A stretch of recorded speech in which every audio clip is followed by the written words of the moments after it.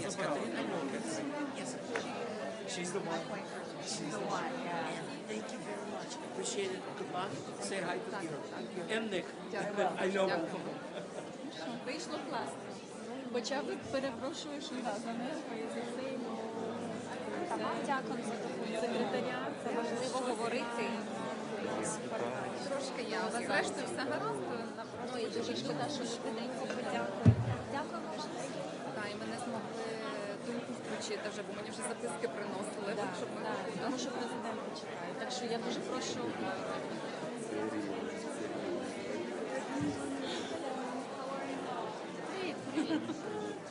Ну що, як? Це рівень. Молодці. Трохи всі крем.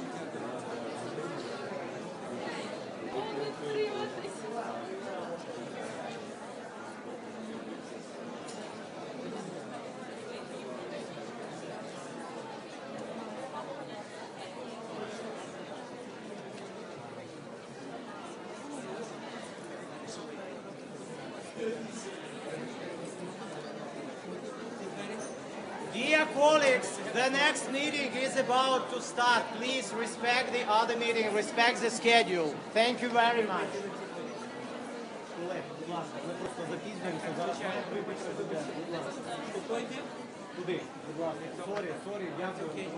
Так, потім жені поздороваюсь на вихід.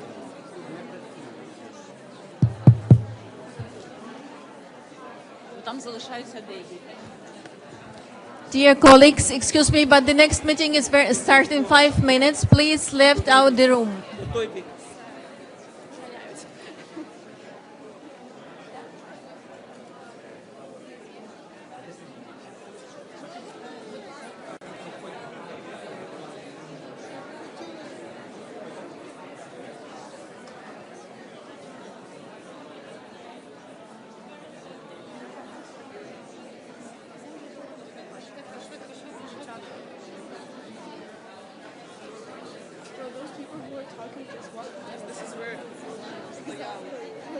Take a picture of me. Yo, go right there. Go right there and take a picture of me. That's it, bro. Here, go right here. Go right here. Go right here. Go right here. Go right here. Take my phone. Take my phone. Take my phone. Lower. Lower. 0.5. 0.5. You want to go? Hold on. I'll skip this one, dude.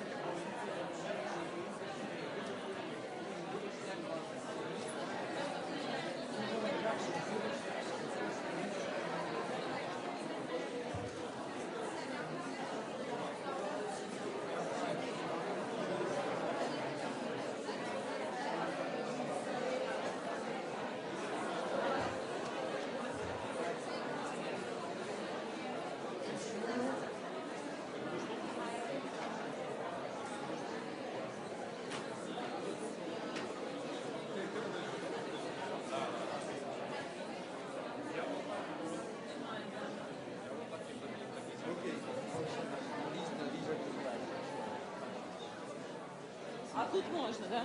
Ні.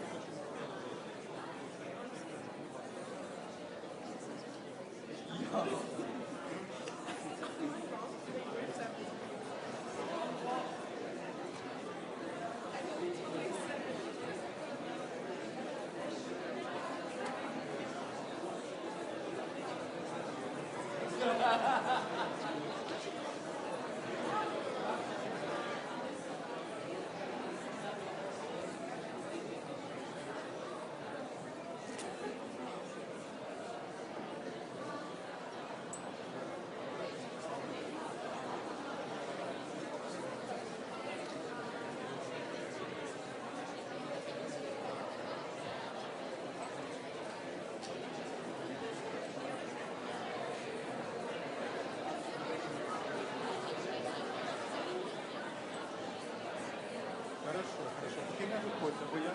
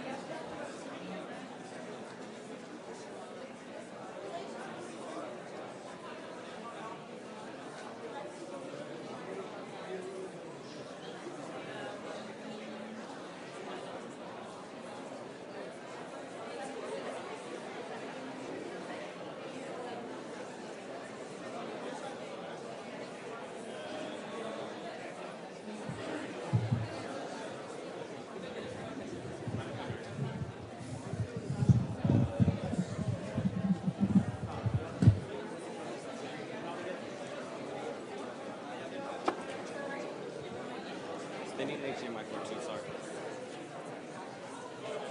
And everything finished, you guys are going to the HDMI cord is there. You can plug.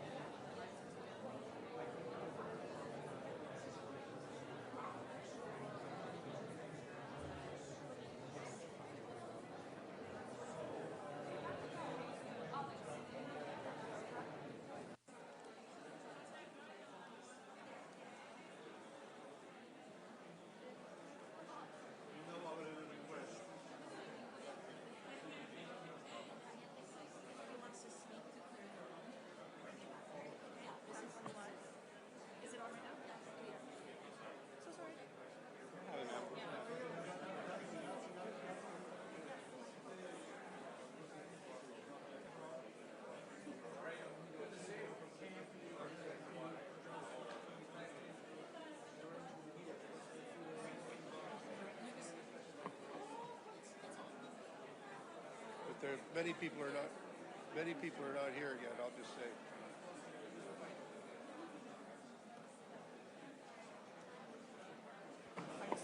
I wonder if I could ask people to please take their seats. I know there's been a long meeting beforehand. It took us a while to get in, but I would ask everyone please to get seated, if we could get started.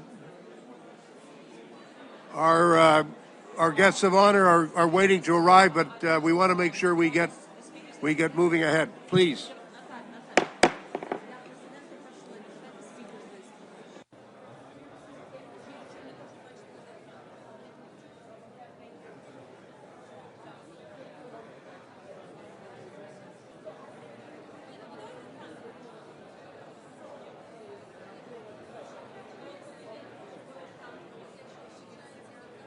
I want to see what's on the.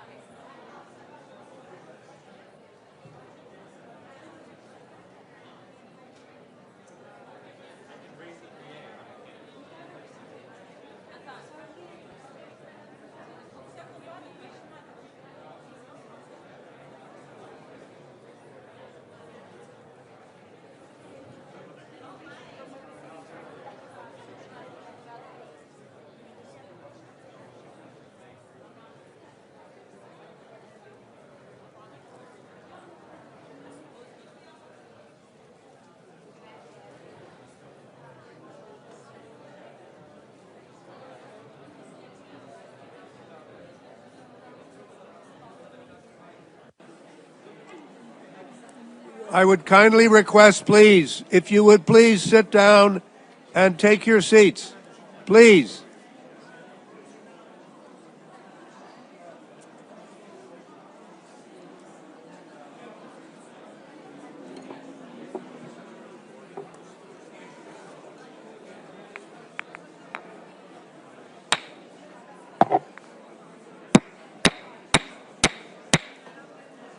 Please take your seats.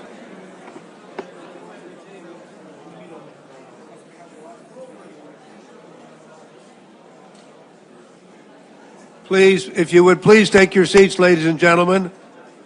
We want to allow the guests of honor to arrive, and we'd like to get the meeting underway. I know there are a great many people here who are waiting to get started and would like to address this important question. If I could please ask everyone to please sit down. Take a seat. There's seats at the top if you can't find a seat somewhere else, and it would be much appreciated. That's much better. Thank you. I feel suddenly empowered. Thank you very much for that response.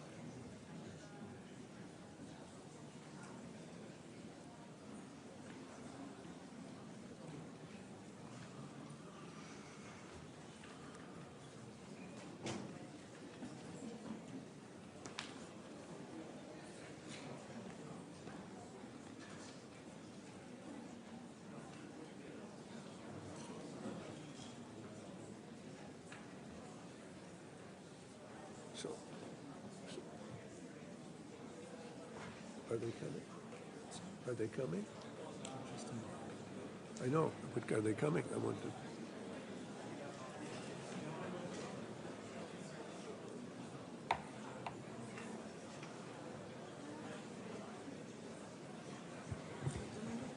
Oh. I've managed to quiet the room.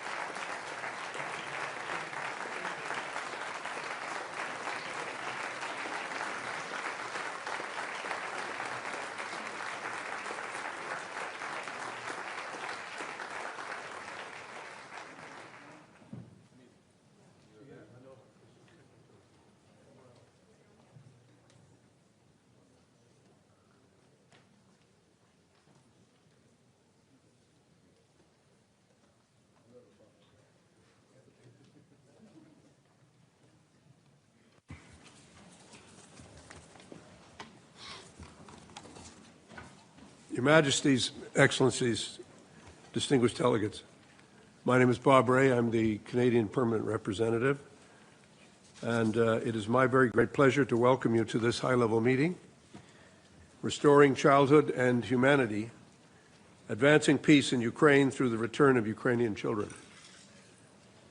The President of Ukraine, Volodymyr Zelenskyy, and the Prime Minister of Canada, Mark Carney, have convened this meeting as co-chairs of the International Coalition for the Return of Ukrainian Children. This meeting is an opportunity for all of us, members of this coalition, and for other guests to exchange and explore the very specific ways that we can work to returning Ukrainian children and restoring their rights, their safety, and their dignity. I now have the honor to turn to His Excellency Volodymyr Zelenskiy, the President of Ukraine, for some opening remarks. Mr. President, you have the floor.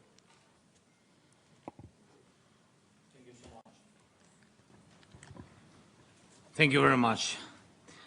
Dear friends, dear Mark, Prime Minister of Canada, Madam First Lady of Canada, Olena, all the leaders, all the representatives, Excellencies, our friends, Your Majesties, thank you for bringing the coalition for the return of children to the level of leaders' work. And this is a very good sign. And thanks Canada, thank you Mark for your strong leadership. More than 30 delegations are here with us now, taking part in the coalition. And thank you all, this is truly important. Today we are in New York, and on the global stage, the next such summit we expect to hold in Brussels under the co-leadership of Ukraine and the European Commission. Thank you, Ursula. And hope this format will bring progress in solving this very, very sensitive issue, the fate of Ukrainian children. Thousands and thousands of our children are victims of Russia's double crime. Russia first abducted them and deported them, and now it tries to steal everything they have inside, their culture, their character, their bond with family, and their identity. Maybe not everyone here is a parent, but everyone knows how quickly children grow, how precious every moment is, how fragile their first steps in life can be.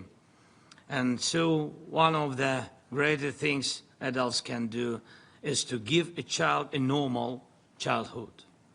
And one of the lowest crimes imaginable is to replace childhood with war and its cruelty.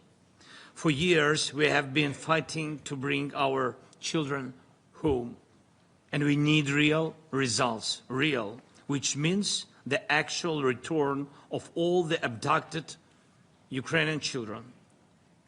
It is fair and symbolic that the first crime Putin has been charged with is his crime against children. And I thank every country that enforced the ICC warrant for Putin and others guilty of abducting children. This matters, and it must not be forgiven. Thanks to our Bring Kids Back UA initiative and the support of partners, 1,625 children have already been returned to Ukraine. Each return is a success, a child saved, but also a challenge because the child must be reintegrated and protected from the trauma they went through. The First Lady of Ukraine contributes to the reintegration projects for such children, and today you will hear from Olena about this work. Please join these projects. And we are also starting a tracing mechanism to collect all data about our displaced children in Russia and in occupied territories. Russia hides the truth, so this work is crucial. It means financing, searching, verifying information, and making sure those responsible are held accountable.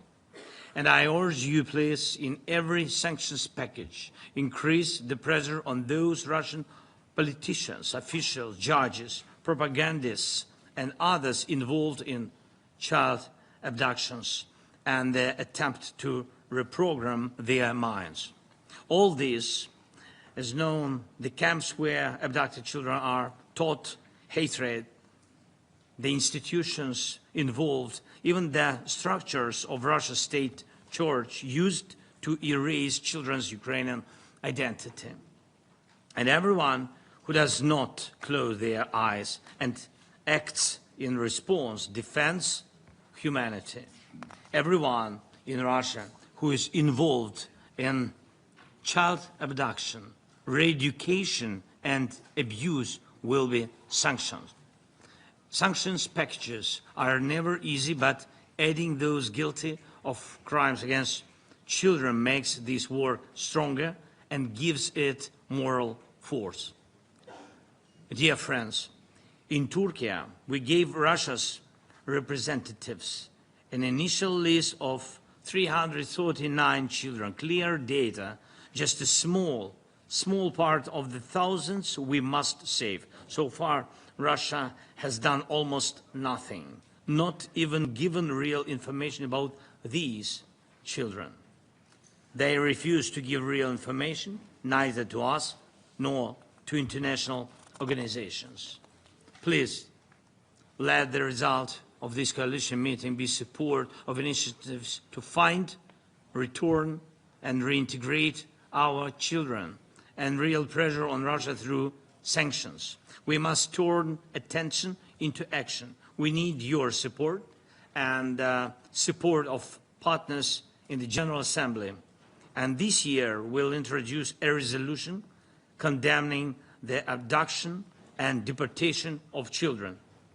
Forcibly taking children from one nation and trying to re-educate them for the benefit of another is an obvious crime. The UN must say this clearly once again. So the crime must be stopped, the felons must be held accountable, Ukrainian children must be brought home. Thank you to all the countries standing with us, with our families, with Ukrainians, with our Ukrainian children. Slava Ukraini. Thank you.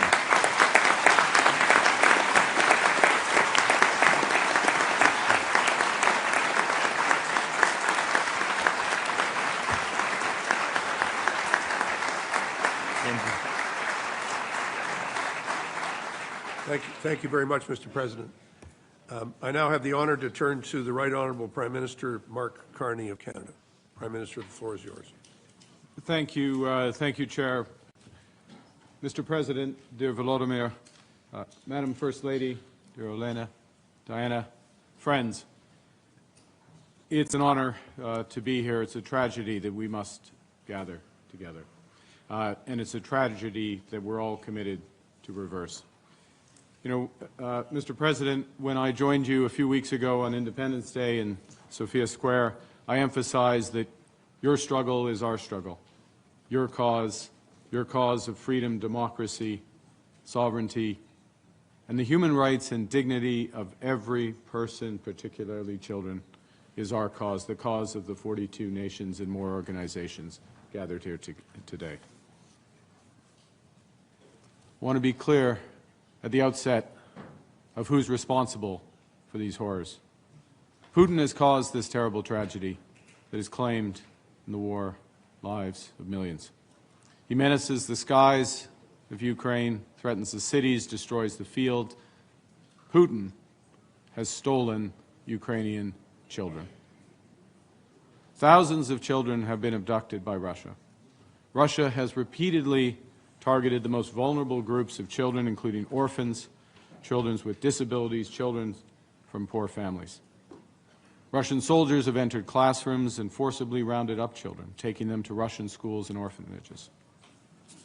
To lose a child is every parent's nightmare. For the people of Ukraine, it's a horrifying reality.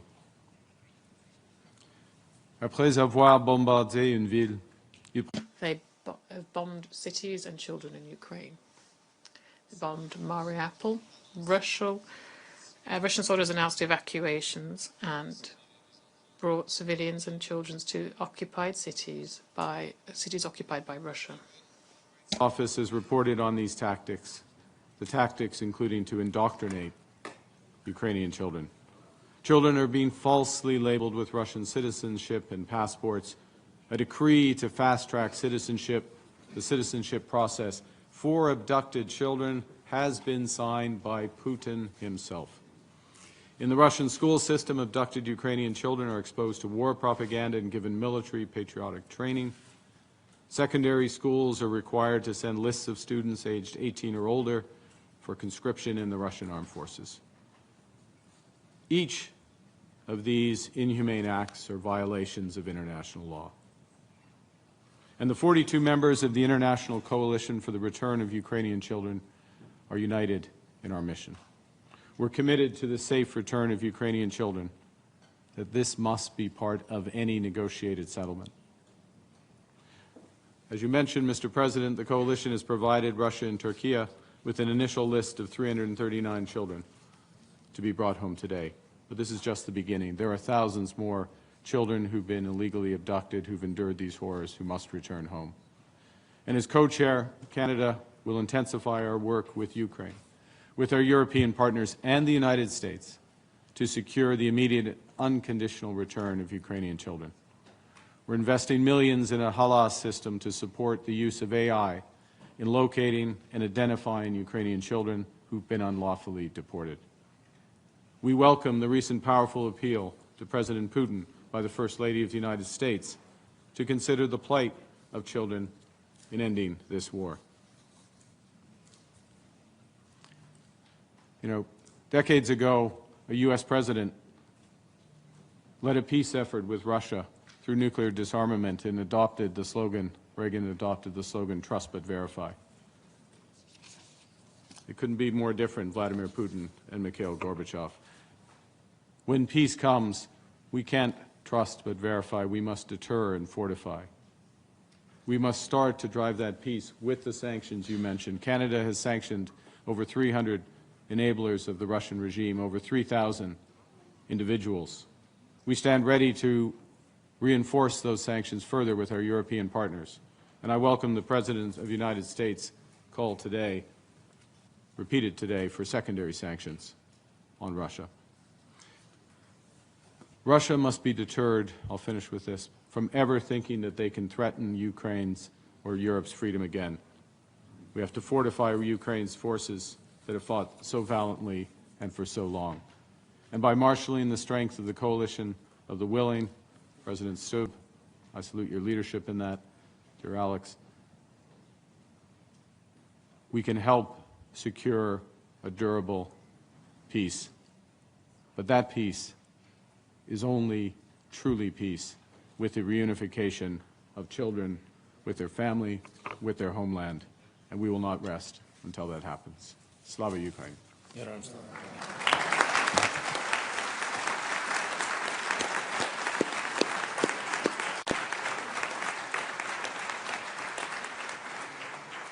Thank you, Prime Minister. And now it's my great honor to introduce two special guests to share some words. First, I'd like to give the floor to Lady Zelenskyy, who's the First Lady of Ukraine. First Lady, you have the floor. Thank you so much. Distinguished attendees, leaders of representative members of states of the International Coalition, members of royal families, Your Majesties, First Ladies and Gentlemen, and honored guests. Obviously, I wish to speak today about painful truths. Around the world, we say that children are our most precious treasures. We cite the Convention on the Rights of the Child and many international agreements meant to protect them. Yet too often, children become the very first victims. They are left unprotected. There is a saying, one crime is a tragedy, many crimes are statistics. If one child were abducted, we would be outraged and demand justice. But what if an entire state, using its institutions and army, abducts not only one, but thousands of children? We cannot allow such crimes to become statistics. That is exactly what Russia is doing in Ukraine. When Russian forces occupied Kherson, caregivers hid 48 children in a church basement. Among them was 10-month-old then Margarita Prokopenko. Later, while treated from bronchitis in the hospital, she was seized by Russian officials during so-called inspections. She was taken to Moscow, illegally adopted by a Russian official, a close ally to Putin, and issued a false birth certificate with a new name, Marina Mironova, and a new birthplace, Russia. Her identity erased. Of those 48 children, only 7 have been returned. The rest remain in Russia. Another case, Alexander and Christina, a brother and sister, were taken from their foster family, also in Kherson. They were separated and placed with different Russian families. Alexander's Ukrainian passport was confiscated, preventing him from returning to Ukraine. In January 2024, he took his own life. He was buried in Russia without Ukraine being informed. His sister remains there, and we still have no contact with her. There are not relocations and evacuations. These children are victims of repression. Their identities are changed, their ties severed, their hopes destroyed. Ukraine cannot bring them all back alone. Russia refuses to provide information even to international organizations and ignores the Geneva Conventions. That is why Ukraine, together with partners, created the International Coalition for the Return of Ukrainian Children. I'm grateful to Canada, to the United States, and to all who joined from the start. Today, the coalition includes 41 countries and the Council of Europe. Through these joint efforts, 1,625 children have been returned. Behind every name are months of searching, negotiation, and risk. But at this place, it would take 50 years to return them all, an entire lifetime. And these children cannot wait a lifetime. That is why the world that gives us hope is together. To avoid spending an entire lifetime and the lives of children, we need the whole international community and political influence. This is precisely what the presidents of our countries are working on. So what can we do, the first ladies, gentlemen, and civil society representatives, again together? We can help these children reclaim their childhood and rebuild their lives. Many return without homes, parents, or security. Most suffer psychological trauma and require support. That is why my colleagues and I are working in these 3 areas. The first area is family and shelter. It is crucial for a child to return to their biological family or find a new foster family. And through the Room for Childhood project, my foundation, for example, builds homes for foster families, provides transport, and ensures humanitarian aid so children can grow up in warmth and care. The second point is reintegration and healing. We organize psychological rehabilitation camps, cultural and educational exchanges, provide psychological assistance, giving children the chance to feel safe, to smile, and to dream again. Independent living. Many abducted as children are now young adults without homes or families. Ukraine is creating social apartments and supported housing for them to help them study, work, and build new lives through several state projects. Once more, distinguished guests, returning Ukrainian children is not a political matter. It is a test of our humanity. It is a humanitarian call. When it comes to humanity, neutrality is impossible, I'm sure. I urge you to join us. Every country, every institution, every family can be part of this process, helping children to come home and to feel at home. I dream of the day when you can meet these children in their families, in their communities. And I know some of them personally. Their resilience and courage are extraordinary, greater than many adults could show. And despite all they have endured, they still believe in the world, in the future, and in us adults. And we must finally live up to their trust and their hopes, because they are the future of our world. It's simple, but that's true. Thank you.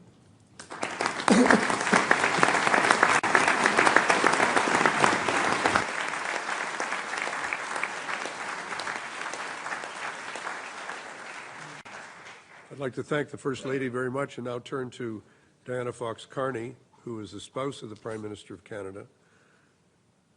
Thank you. Good afternoon. Sorry. It's a great honor to be with you today. Canada has proudly stood with Ukraine since the beginning of Russia's illegal invasion. Our country is home to 1.4 million people of Ukrainian descent. Canada and Ukraine are deeply connected. As my husband said in Sofia Square on Ukrainian Independence Day, your fight is our fight, your struggle is our cause, and your independence will be our victory. Canada will always stand in solidarity with Ukraine. As we have heard, in this war, Putin has targeted some of the most vulnerable populations. It is incomprehensible what the thousands of abducted Ukrainian children and their families are living through. As a mother, I simply cannot fathom the horror. What these children have endured is more than unjust, it is inhumane. I want to share with you the story of Ilya. At age 9, in the Russian shelling of Mariupol, Ilya saw his home destroyed and his mother killed before his eyes. He suffered injuries from the attack, and Russian soldiers took him to the Russian-occupied Donetsk. Doctors performed an operation to remove a fragment from his leg with no anesthesia. Ilya describes these doctors trying to turn him into a propaganda tool, telling him he must no longer say, "Glory to Ukraine," but instead, "Glory to Ukraine as part of Russia." No one in Ilya's family knew where he was. He was 9 years old, alone. Ilya's grandmother learned of his location only because she saw him in a Russian Federation video of the hospital. With her relentless determination, she secured his return. But the suffering that he endured cannot be undone. As his grandmother describes, he had a school, he had a home, he had a mother, and he lost all of that, his entire childhood. His story is the cost of this war, and tragically, as we have heard, his story is not unique. It is the story of thousands of Ukrainian children. It is what brings us here today. This is the tragedy and the mission that unites us all. I too would like to commend First Lady Melania Trump for addressing the return of Ukrainian children directly to Vladimir Putin in a letter hand-delivered by President Trump. Putin must understand that we know of his barbaric campaign of abducting children to indoctrinate them, forcing them into Russian schools where they must undergo military training, subjecting them to war propaganda, and attempting to erase their Ukrainian identity by forcing them to take Russian citizenship. They are not Russians. They are proud Ukrainian children, children who must be reunited with their families. For Canada, true peace requires security guarantees for Ukraine, and there is no peace without the return of these children. We will never erase the pain they have faced, but we can bring them home. Together with our allies, Canada will never relent from this mission until it is complete. Thank you. Merci.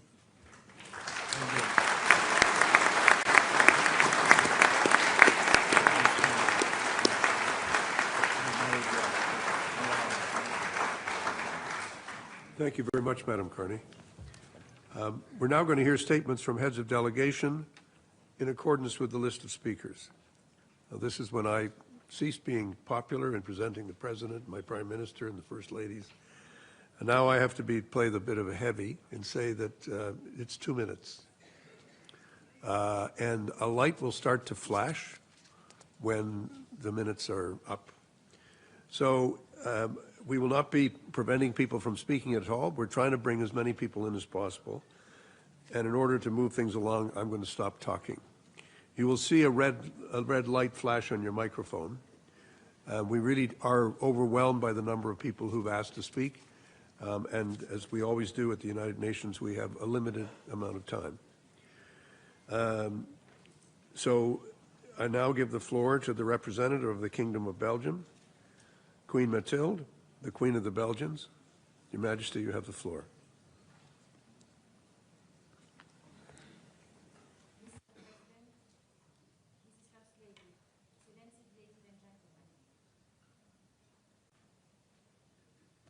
I would like to start by expressing my heartfelt empathy towards all the Ukrainian children whose lives are being seriously compromised. Many children have died or been wounded as a result of horrendous attacks on civilian targets. Children live in fear of losing their lives and of losing their loved ones. Countless children cannot go to school.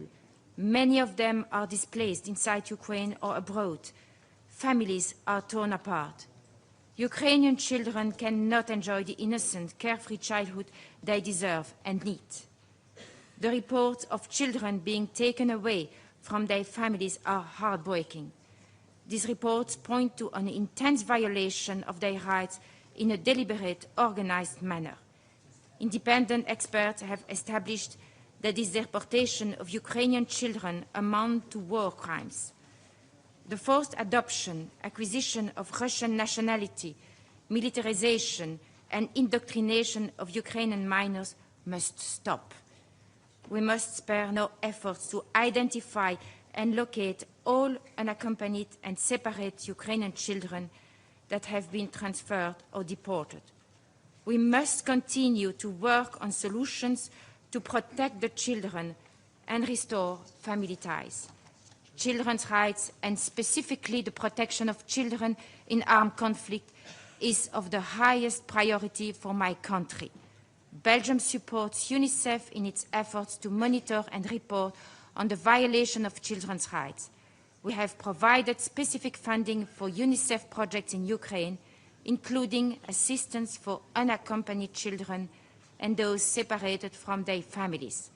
My country also supports on a bilateral basis initiatives that benefit children and their education. Every day that the rights of Ukraine's children are violated, it compromises their future. And the children of Ukraine constitute the most precious component of Ukraine's future. Belgium will continue to support the coalition and the UN agencies to make sure that Ukraine's children will be able to flourish in an independent, prosperous, and safe Ukraine. I thank you for your attention. Thank you. Thank you, Your Majesty.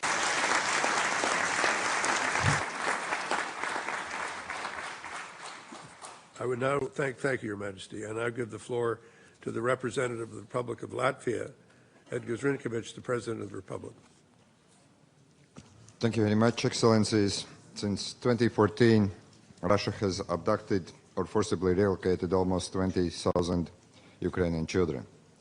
They remain far from home, continue to be stripped of their national identity, adopted in Russian families, indoctrinated as soldiers for the occupying power. These atrocities are a direct result of Russia's war, deliberate violation of international laws and Geneva Conventions. Safe and unconditional return of Ukrainian children should be part of achieving peace. We commend Ukraine for placing its people at the center of the peace talks. Excellencies, we will not let Russia get away with these crimes.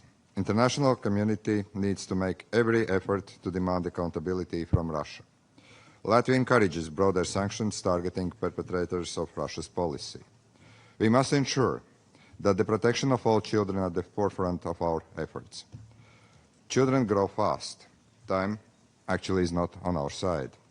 About 1,600 children have been returned, but it's not enough. We need to continue to pressure Russia to share the lists of children and their locations, give access to the International Committee of the Red Cross and human rights monitors. We will do everything in our power to return and to protect Ukrainian children. Latvia is ready to work together with Ukraine and other partners within the initiative to provide safe pathways home for Ukrainians returning home, especially deported children. We will continue to raise international awareness, working together with international organizations and non-governmental sector. We will be tireless in this endeavor until the last child is back to his or her loved ones. Thank you very much. Thank you very much, Mr. President.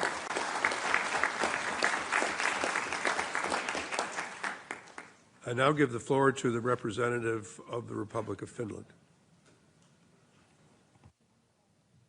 Thank you very much. You know, Olena, Volodymyr, Mark, and Diana, we quite often talk about the three pillars of statehood being independence, sovereignty, and territorial integrity. But I think essentially what we're speaking about here today, it really is about identity. So Suzanne, my wife, and I had the chance to visit you in Kyiv about a week and a half ago. And during that visit, I had a chance to meet an organization called the Voices of Children. And of course, when we look at war, there are elements of it that are brutal, vulgar, and unethical. But the kidnapping of children, I think, goes beyond all of that.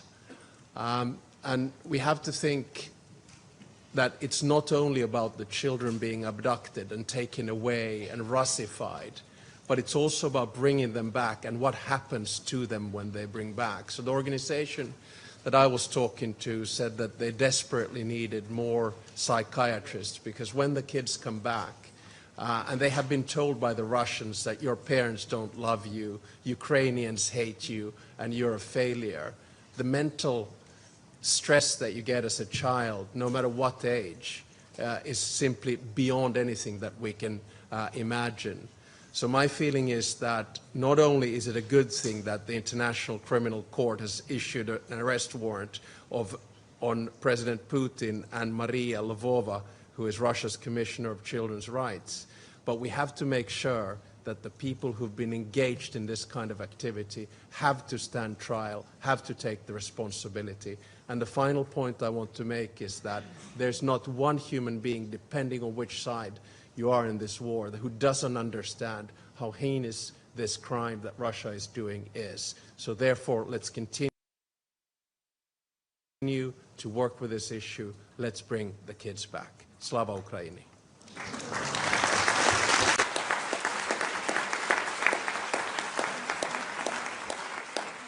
I want to express my appreciation to President Stubb.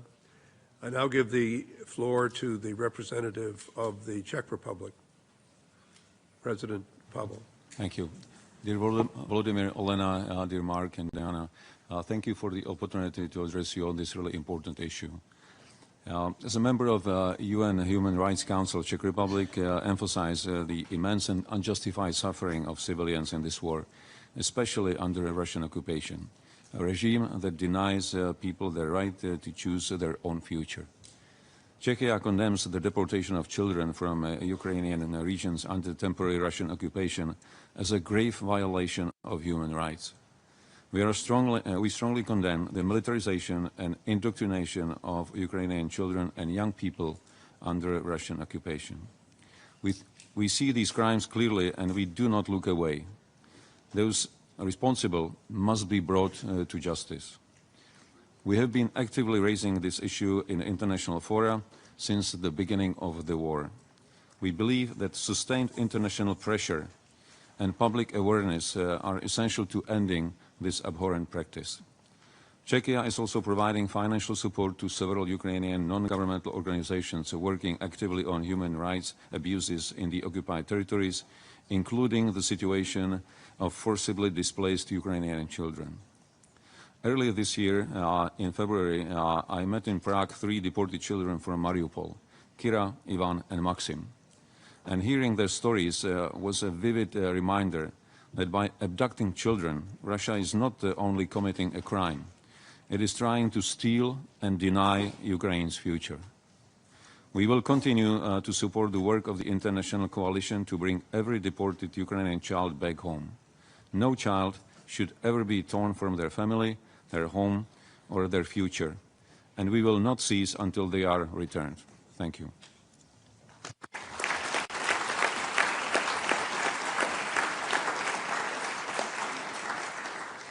Give our thanks to President Pavel, and I'll give the floor to the Prime Minister of Norway in recognizing the extraordinary work that Norway has done as co-chair of the working group on the release of prisoners and deported persons. Mr. Prime Minister, you have the floor. Thank you, Ambassador. Thank you, dear Mark and Volodymyr, for convening us today. Mr. President, I was in Ukraine a month ago, and I spent time with some of your colleagues to visit a protection center for children that have been returned to Ukraine from Russia. And I must say, I have three children and 2 grandchildren. And meeting these young adolescents and hearing the horror they have been through and what they have to go through when they now have been returned made a deep impression on me. They were brave, but clearly marked by trauma. So they have experienced, as we all repeat in our interventions, the worst thing you can, to be forced away from family and friends and deep uncertainty about the future.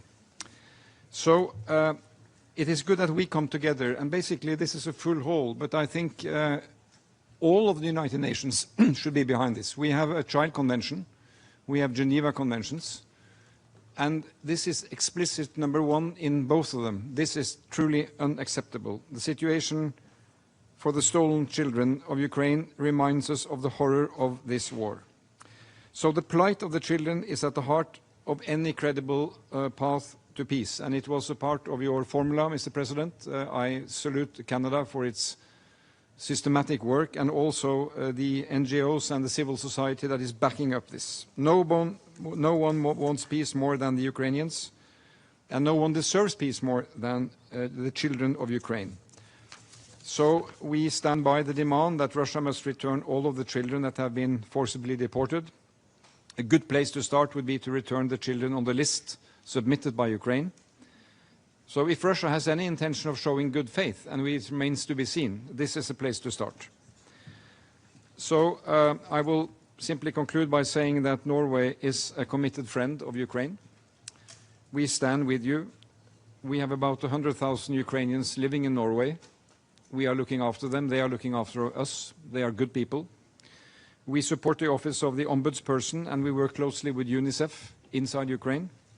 And the key priority is to ensure that return and reintegration is done in a safe and orderly way, because the reintegration is a complex task, we know. We will support the newly established tracing mechanism to make it easier to locate and identify deported children. So forcibly deporting children is an affront to the world, and I'd like to salute also the First Lady Zelenskyy and Trump for their engagement, showing that this is a broad humanitarian family issue, and it will deepen also the partnership, I believe, and I hope, between the United States and Ukraine. So as we develop our coalition to support Ukraine, let us make this dimension, which is a human dimension, key to our efforts. We support Ukraine with necessary arms to defend itself. We support you economically, humanitarian-wise, but this is real human dimension that we need to lift also to explain to our populations. And I also like to thank the President of the European Commission for announcing a high-level meeting on this issue, and Norway will do what we can to contribute. Slava Ukraina. Thank you.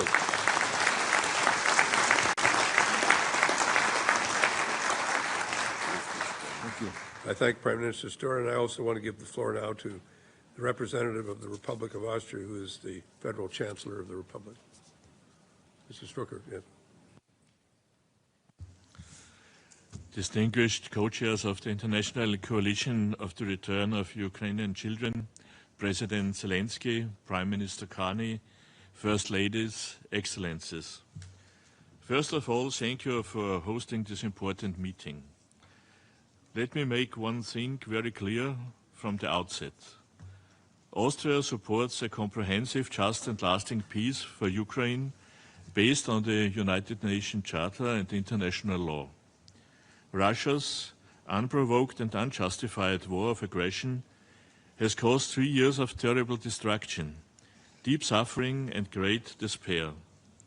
Millions have been displaced and nearly 100,000 Ukrainians forced to flee have found refuge in Austria, among them many children. Austria remains one of the main contributors of humanitarian and financial aid to Ukraine and is committed to continuing support for Ukraine and its neighboring states. As a member of the International Coalition for the Return of Ukrainian Children, Austria stands in solidarity with Ukrainian children. In addition, Austria works directly with the Bring Kids Back initiative, reinforcing our own mediation efforts to return children to Ukraine and their families. We call for the immediate release of all children who were taken from their families by force. This is a grave breach of international law and a violation of their human rights, safety and dignity. We must continue to work together to reunite these children with their families and communities in the Ukraine. Their return is not only a moral obligation, it is integral to achieve a lasting peace. President Zelensky, you can count on Austria to stand by international law, the Charter of the United Nations, and with Ukraine. Thank you. Thank you, Mr. Chancellor. It's now my pleasure to give the floor to the representative of Iceland, who is the Prime Minister.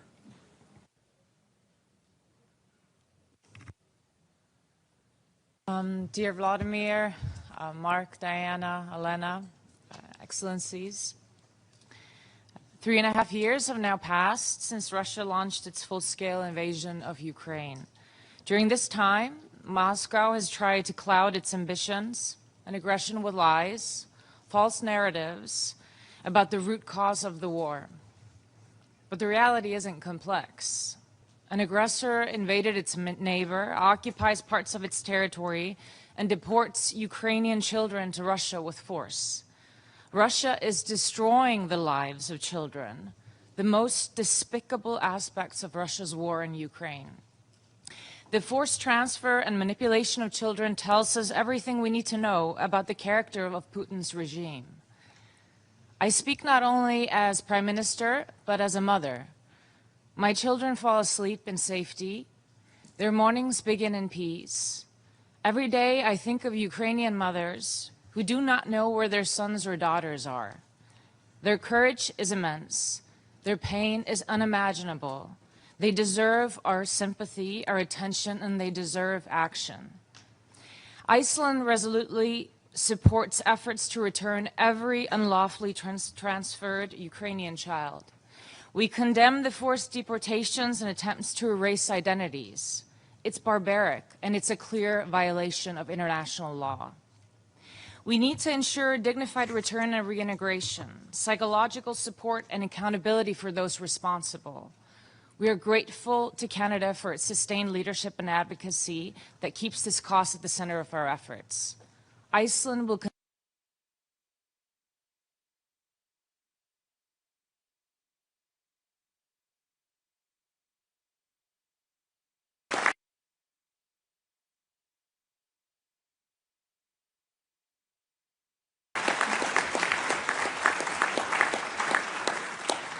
Prime Minister, thank you so much. It's now my pleasure to give the floor to the representative of the Republic of Ireland.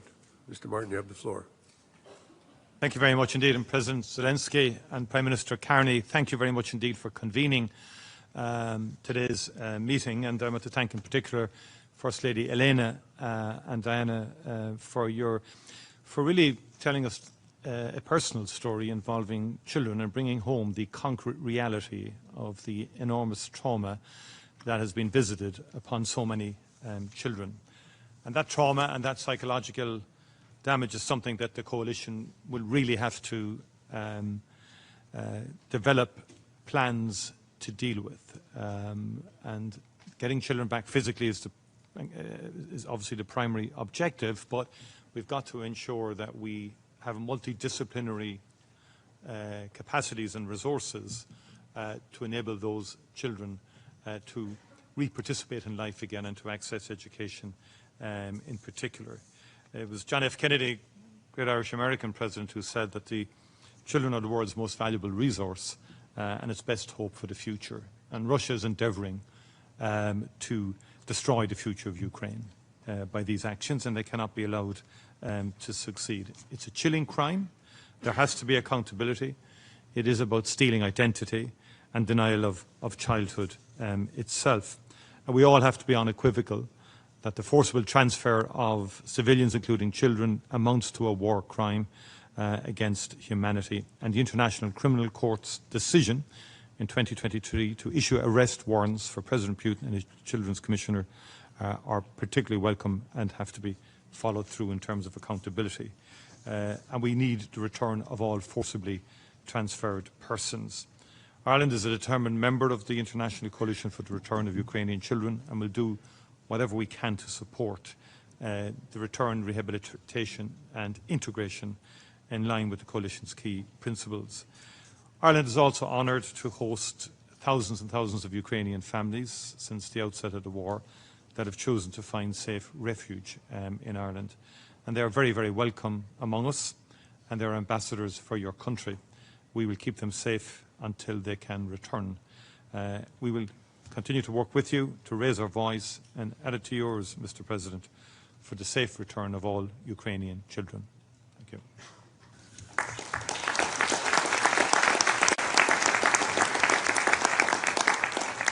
I'd like to thank the Dowsy for those remarks. Thank you so much. And now I'm going to give the floor to Ursula von der Leyen, the President of the European Commission. Madam President, you have the floor. Thank you very much. Thank you very much, dear Volodymyr and dear Mark, for convening us here today. And if you look at all the horrors unleashed by Russia's war, none cuts deeper than the abduction of children. And Olena, as you've said, tens of thousands of boys and girls are trapped in Russia. They are not statistics. Each and every one is a child. And behind each and every abduction is a family in torment. Diana, you also said, and I thank you for that, there are moments of hope. You described the story of Ilya, and there are other stories, so we can do something. And I want to take my time to focus on where we can support.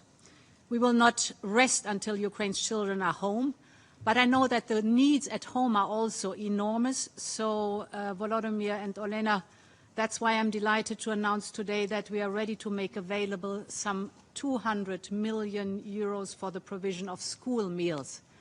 You told me how important that is, and I'm happy to support here.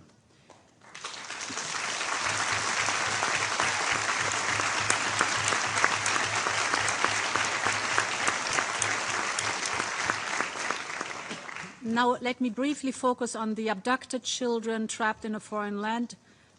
We want to support here, and that's why we are funding your prosecutor's office, so that families can see that justice is done. That's why with UNICEF we are investing more than 10 million euros so that when the children return, and some of you said it, they are not only welcomed, but helped to heal, to learn, and of course to dream again of a future. And that's why we have sanctioned more than 50 individuals complicit in these crimes, and more will follow. But this fight is not Ukraine's alone. It requires the world's resolve to maximize pressure on Russia. And this is why the European Union is joining the International Coalition for the Return of Ukrainian Children. And we are very delighted and honored to host the high-level international summit to put these children at the top of the global agenda. Thank you very much. Slava Ukraine.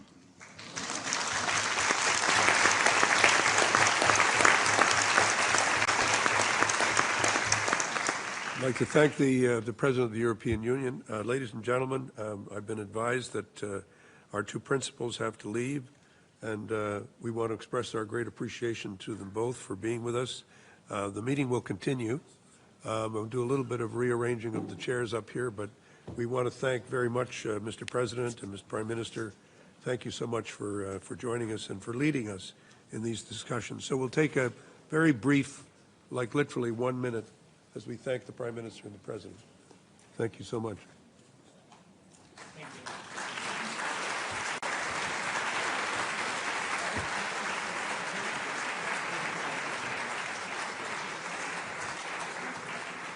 Can we move into the middle?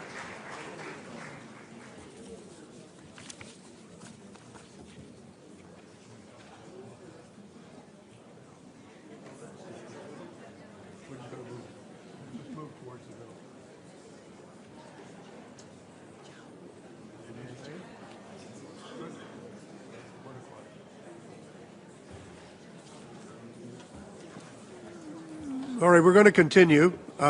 If I could just bring the meeting to order, thank those who have spoken.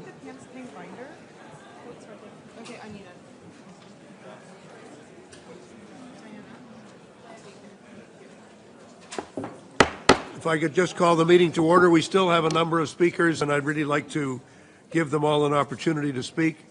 So if we could please continue. Having thanked the President of the European Union, it's now my pleasure to give the floor to the representative of the Republic of Bulgaria. Prime Minister Zelenskiy, you have the floor, please. Thank you, Mr. Chair. Dear Madam Carney, Bulgaria remains deeply concerned about the continuing systematic violations of human rights in the temporarily occupied territories. Civilians, especially children, are among the most affected. Russia must be held fully accountable for waging a full-scale war of aggression against Ukraine. We strongly condemn the forced displacement and deportation of Ukrainian children to the Russian Federation. We call for the immediate and unconditional return of all deported children. Their protection must be a non-negotiable priority. The return of children must be treated not as a bargaining chip, but as a non-negotiable pillar of any peace process. Bulgaria calls for full and unhindered access for international human rights monitors, including the Office of the UN High Commissioner for Human Rights and the International Committee of the Red Cross to all affected areas, including so-called filtration camps, an institution in Russia where Ukrainian children are being held. Accountability for all violations may be ensured. The use of filtration camps, forced deportations, coercive adoption procedures and attempts to impose Russian citizenship on Ukrainian children undermine human dignity, violate the Fourth Geneva Convention, and must cease immediately. Our guiding point is to assert that the full, safe and dignified return of all Ukrainian children is not merely a humanitarian goal. It is a milestone and precondition for any future peace agreement. Let us be clear. Restoring childhood is restoring humanity. Returning these children is not just an act of compassion, it is an act of justice, and justice is the foundation upon which true peace must be built. Thank you. Thank you very much, Prime Minister. I now give the floor to the representative of the Principality of Andorra, the Prime Minister, Zamora. Thank you very much, Excellencies, ladies and gentlemen. Since the outbreak of the war, the position of my country of Andorra has been clear. We stand with Ukraine. We strongly condemn Russia's aggression against Ukraine. The illegal deportation and forcible transfer of Ukrainian children during this ongoing war constitutes a serious human rights violation. For this reason, the Andorran government has decided to join the coalition for the return of Ukrainian children, a decision which I would like to reconfirm today. Furthermore, my government supports the objectives of the Bring Kids Back Ukraine initiative. During Andorran's chairmanship of the Councils of Europe Rapporteur Group on Social and Health Questions, the Consultation Group on Children was established and held its first meeting in 2023. The group's objective is to discuss effective ways to protect the rights of the million of Ukrainian children who have been forced to flee their homeland since the start of Russia's war of aggression and now reside in Council of Europe member states and Russia. Moreover, we propose utilizing specific United Nations mechanisms to protect children affected by armed conflict. To this end, I would like to invite you to support the Office of the Special Representative of the Secretary General for Children and Armed Conflict and to join the Proof It Matters campaign. Tomorrow, my country will host a side event to reaffirm our commitment to children's rights. It is of paramount importance to ensure the protection of children's rights and freedoms in the context of this armed aggression in full compliance with international law and the Charter of the United Nations. Thank you for your attention. Thank you, Prime Minister. I'd like to thank the Prime Minister. I now give the floor to the First Lady of Lithuania and thank her so much for joining us today. Ladies and gentlemen, the United Nations General Assembly is the forum where a broad coalition can be mobilized by building common understanding and awareness across all countries. War itself is a form of madness. The so-called theory of denazification is nothing but an innate Machiavellian distortion of Nazi racial theory. It is a policy that must never be repeated, and yet it is now being dangerously spread on a global scale. It is a Machiavellian crime to accuse both past and present victims and to shift onto them the guilt of the executioners. Yet these are the consequences of the domination of the aggressor's sick ideology. Ukrainian children are being torn from their families and deported from their homeland. Their culture and national identity are being erased. They face illegal indoctrination, falsified history, and manipulation of collective memory. These actions aim not only to justify Ukraine's occupation today, but also to normalize the dehumanization of entire societies in the future. This is lethal for humanity. The same forces caused the Holodomor, carried out deportations to Siberia, and filled the mass graves of Gulag. They forced the expulsion of the native Crimean Tatars who had lived peacefully in their own homeland, in sovereign and independent Ukraine. They launched the full-scale war in Ukraine in 2022, and now the same forces are blaming the Western civilization for the consequences of the war. We must understand how harmful it is for humanity to revive such ideologies, to promote them as acceptable, and to spread them means to accept the mass devaluation of human life and the distortion of the Holocaust. Today we see how quickly and brutally such thinking can be forced into the minds of any society through brainwashing. Public attitudes, perspectives, and values are being altered. This is a profound threat to humanity. We must stop the mental manipulations of the aggressor. The international community and professionals must unite to face this global challenge to social psychology worldwide. We need more scientific research on the impact of war on mental health. Mental health support is needed not only for Ukrainians, but also for all post-war societies. We need more effective practical tools to provide real support for families suffering from war and post-war emotional wounds. Lithuania is already committed and will continue its support for Ukraine in the field of children's mental health and psychological rehabilitation, not only with words, but with actions too. We are working with mental health specialists at the Ukrainian Center in Vilnius.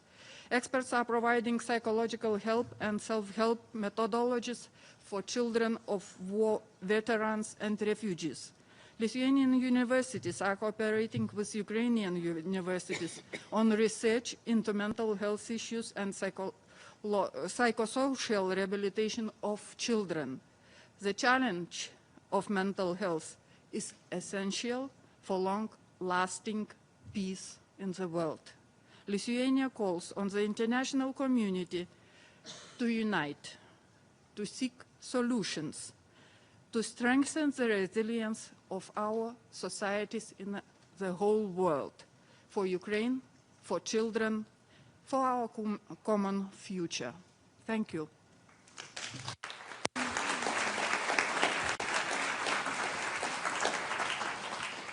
I thank the First Lady of Lithuania very much for her talk. I now give the floor to General Keith Kellogg, who's the United States Special Envoy for Ukraine. General Kellogg, you have the floor. Thank you. And thanks for all of you being here today. At a recent visit into Kyiv, I visited a children's memorial. In that memorial were those that were lost in the war, but also those that were missing.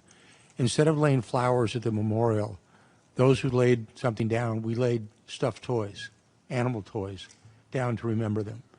It's something we should think about, because we as adults, we should be ashamed that the children have become pawns in this war.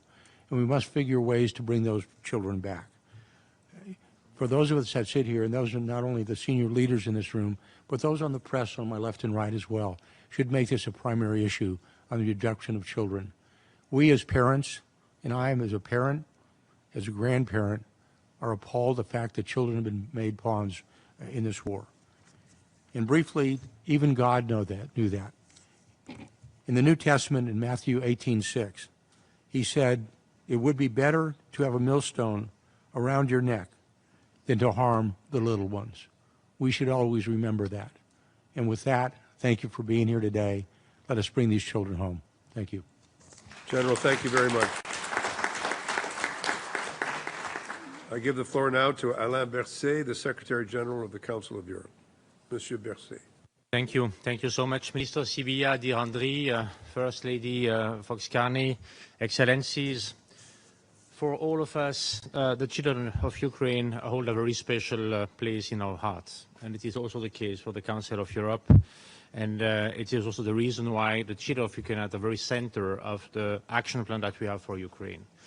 This action plan is about resilience, is about recovery, is about reconstruction. And what does it mean for the children of Ukraine? Resilience means survival. Recovery means healing, as most of you mentioned before. And reconstruction means a future. That's why we must have these ideas in mind, and at the top of our priorities, supporting the children of Ukraine. What does it mean exactly? It means that we all must deliver where we have a possibility to deliver, where we have leverage. And for the institution I represent here, the Council of Europe, it means to deliver on accountability. Let me bring one example. In July, the European Court of Human Rights spoke with clarity and stated that Russia is responsible for the unlawful transfer and adoption of Ukrainian children and must cooperate in their safe return. And it is important to underline this because it is only international courts taking some such decisions at the moment. The second element where we can deliver is about the register of damage. Last week, the register of damage for Ukraine launched a new claims category on the forcible transfer or deportation of children. It will be key for accountability in this matter. And the last element I want to mention, in the very beginning of my mandate, and I appointed a special envoy for the children of Ukraine. To sum up, each day Russia's war of aggression continues is a day taken from Ukraine's children. Restoring childhood is restoring humanity. And restoring humanity is giving peace a chance.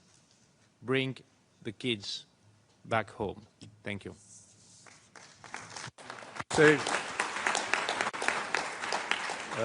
I now give the floor to, thank you, Mr. Berset. I now give the floor to the Prime Minister of the Kingdom of the Netherlands, Mr. Schoof. Thank you.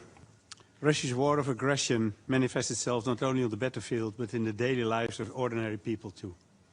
The reality of the Ukrainian people are facing is deeply disturbing and traumatizing.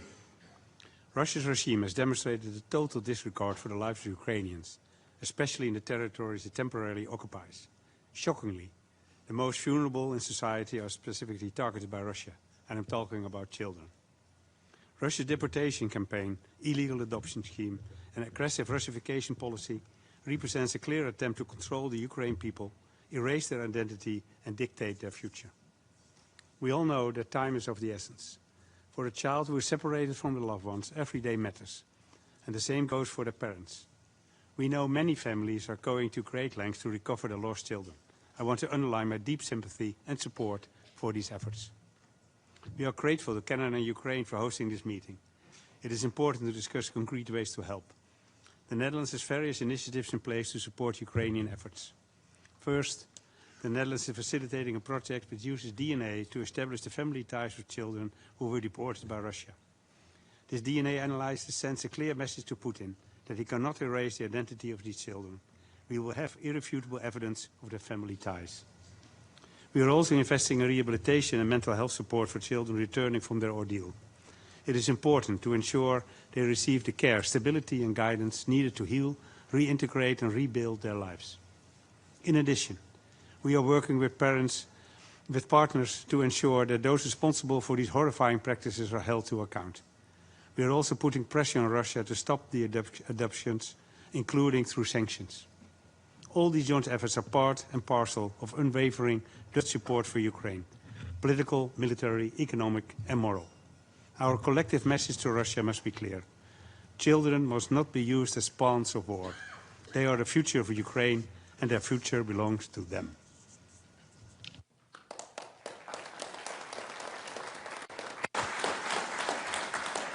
Thank you, Prime Minister. I'm now going to give the floor to the Deputy Prime Minister and the Minister of Foreign and European Affairs of Slovenia. You have the floor. So much. Slovenia condemns abductions and forcible transfers of Ukrainian children to Russia, Belarus and temporarily occupied territories. This is a blatant violation of international humanitarian law and human rights law and constitutes a war crime. In this regard, the ICC has issued arrest warrants for President Putin and Commissioner for Children's Rights Lvova Belova, and this matters, as President Zelensky put it earlier. Russia must end this deplorable and unlawful practice and ensure immediate and safe return of Ukrainian children. Thousands of children have been separated from their homes and families and robbed of education. They have been deprived of a simple childhood. It is concerning to see that grave violations against children in Ukraine continue, even after the Secretary General's annual report clearly noted and quantified them. The number of casualties among children has been rising in recent months, with the youngest victims being babies and toddlers. We are deeply alarmed by the reports of illegal adoptions, enlistments, and indoctrination of Ukrainian children and youth, as well as alternations of their personal status. Children should not have become pawns of a war. The issue of abducted Ukrainian children is intrinsically connected to efforts to bring peace to Ukraine, and Russia must provide all necessary information about children and facilitate their return. This would be a concrete confidence-building measure and an opportunity for Russia to demonstrate its willingness for peace. Slovenia will continue to support the activities of the International Coalition for the Return of Ukrainian Children. We will use every opportunity to raise awareness about the issue and support all steps to protect children affected by Russian aggression. In our humanitarian aid for Ukraine, we place a very special emphasis on psychosocial assistance and rehabilitation of children affected by the war, and we will continue and expand such projects. Slovenia supports foster families in Ukraine, as we believe every child deserves a safe and nurturing environment. This year, we will open a foster home for 10 children, and by the end of next year, 2 additional foster homes will be built. And this concrete commitment reflects our dedication to strengthening child protection systems both at home and abroad. So we are furthermore looking into ways to provide additional support, including school meals for children and safe shelter in schools for those most affected already in this year and also next year. Thank you. Thank you very much. I now give the floor to the Deputy Prime Minister and Minister of Foreign Affairs of Italy, Mr. Tajani. Thank you, Chair. Italy is part of this coalition. We believe in this coalition. We are ready for doing more for supporting this coalition. This history of the Ukrainian children is part of the disaster, is part of the violation of the international rules, but it's more than a violation of international rules. It's a crime against humanity. Because when we talk on children, we talk the human rights. For this, we need to be very strong against Russia for this. We need to do more. Italy is ready for doing more. We will continue to work together to increase pressure on Russia. We fully support efforts by the Vatican and other actors that are facilitating the return of Ukrainian children. I spoke to Pope Leo on this issue when we met last month, and he's ready and we are ready for working together for achieving our goal. The future of Ukrainian children remains a key priority for us. And then it's important to work for the reintegration at home, not easy after many years in Russia. For this, we need also we are ready also for sending psychologists for supporting the action of the Ukrainian authorities. The path to a just peace must include the return home of all Ukrainian children, and Italy is strongly committed to this common goal. Slava Ukraini!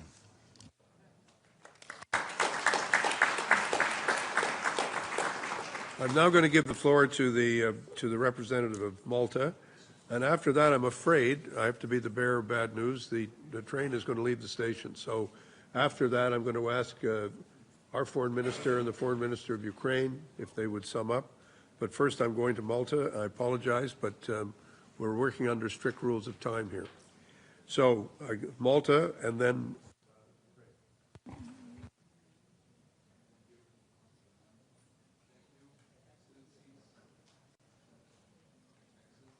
Distinguished delegates, Malta thanks the Prime Minister of Canada and the President of Ukraine for convening this important meeting. The plight of Ukrainian children who have been unlawfully transferred and deported to Russia by Russia is one of the gravest consequences of the ongoing aggression.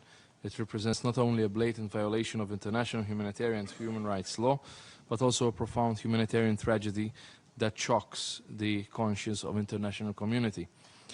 The forced transfer of children, their separation from families, the denial of education in their mother tongue, and the systematic erasure of their identity amounts to crimes that can leave scars for generations.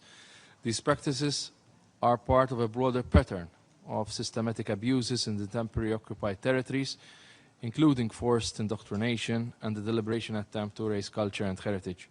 Such actions are indefensible. Children must never be used as instruments of war. Malta reiterates its unwavering support for Ukraine's sovereignty, independence, and territorial integrity within its internationally recognized borders. We commend Ukraine's tireless efforts through the Bring Kids Back Ukraine initiative and fully endorse the work of the International Coalition for the Return of Ukrainian Children. As former chair of the Security Council Working Group on children and armed conflict, Malta underlines that the protection of children must remain at the heart of our collective response. The safe return, reintegration, and rehabilitation of these children must be a central pillar of that response. This is not only a legal obligation, dear Excellencies, it is a moral imperative. The best interests of the child must guide all our actions. It is essential to ensure accountability for those responsible and to embed the return of these children firmly within the broader pursuit of a just and lasting peace. Malta will continue to support Ukraine in these efforts so that every child can be reunited with their family, regain identity, and live in dignity and security. This is a shared responsibility and our collective commitment to the future. Thank you. Thank you very much, Minister. Thank you. I'm now going to give the floor to the Foreign Minister of Ukraine, Andrei Sybiha, and we'll then turn to Anita Anand, who's the Foreign Minister of Canada. Your Majesty, dear Excellencies, distinguished guests, colleagues, friends, it's a great honor for me to deliver concluding remarks on behalf of the President of Ukraine. This is a historic event, and I thank each one of you for your participation. Your presence, statements, and pledges demonstrate unwavering solidarity. Ukrainian children need it more than ever. I am particularly grateful to Canada as co-chair of our coalition for its steadfast support and effective leadership. Today, we once again reaffirmed that the fate of Ukrainian children must remain at the forefront of the peace process. The return of our children is not a matter for political bargaining. It is a humanitarian duty, a requirement of international law, and our shared responsibility for the future. What Russia did and is continuing to do with Ukrainian children are not isolated incidents. Deportation, Russification, and indoctrination, the elimination of Ukrainian identity, the militarization of childhood, all this a deliberate policy of the aggressor. These actions carry the features of genocide, and the world cannot close its eyes. The International Criminal Court has already issued arrest warrants for Putin and his Commissioner for Children's Rights. The European Court of Human Rights has recognized the systemic nature of these violations. For 3 years already, the UN Secretary General has placed Russia on the so-called list of shame for grave crimes against children in armed conflict. Yet this is not enough. We must continue to intensify pressure, broaden sanctions, insist on effective monitoring, and secure the return of children. Every child still held by Russia is a verdict to humanity. Today's meeting of our coalition sends yet another signal to the Kremlin. The world is united and resolute in demanding the return of Ukrainian children to their homes. I hope that observers of our coalition will soon join it as full members. Dear friends, my central message today is this: the return of our children is a path to a just peace. For real peace, we need children's rights to be restored and families reunited. Together we shall ensure that every Ukrainian child returns home to their family, to their country, and to their future. Ukraine and Canada will issue a co-chair summary of the meeting reflecting our discussions and listing the pledges. Thank you for your attention. Thank you so much. I now give the floor to Anita Anand, who's the Foreign Minister of Canada. Thank you so much, Ambassador Ray. Dobry den Visim. Good afternoon, everyone. It is an immense honor for me to be here with all of you today on behalf of Prime Minister Carney and with his spouse, Diana Fox Carney. President Zelensky, First Lady Zelensky, Minister Sybiha, my dear friend, the world stands with you. Your fight is our fight, and we cannot allow children to be statistics. L'Ukraine est en première ligne de la lutte pour la liberté et la souveraineté. Comme l'a dit le Premier ministre Carney. As Prime Minister Carney said, your cause, freedom, democracy, sovereignty, is ours as well. Take a moment and summarize some of the points that we have heard today of the thousands and thousands of children who have been kidnapped. Only 1,600 or so have been returned. Ukraine has given Turkey and Russia data about 339 children with no response from Russia to date. There is no one who does not understand the pain and horrendous suffering involved in the crimes that have been committed, brainwashing, kidnapping, stealing identities, all of children who cannot defend themselves and who are unable to understand what is being perpetrated against them. And therefore, all of the United Nations should be behind this, not only the people in this room.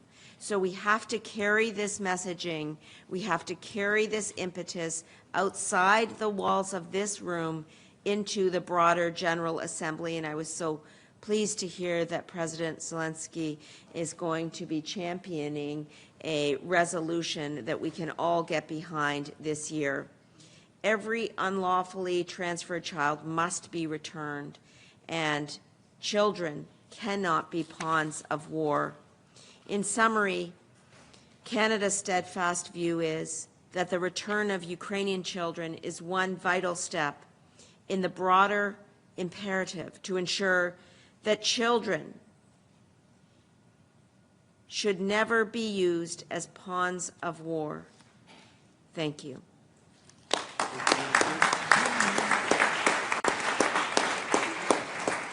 I want to thank you, Minister, thank the Foreign Minister of Ukraine, thanks to Diana Fox Carney, thanks to all of you for coming and staying and listening. There's work to do on a vital cause. I think we all know we must not forget the children. So thank you all very much for coming. The meeting is adjourned. Thank you.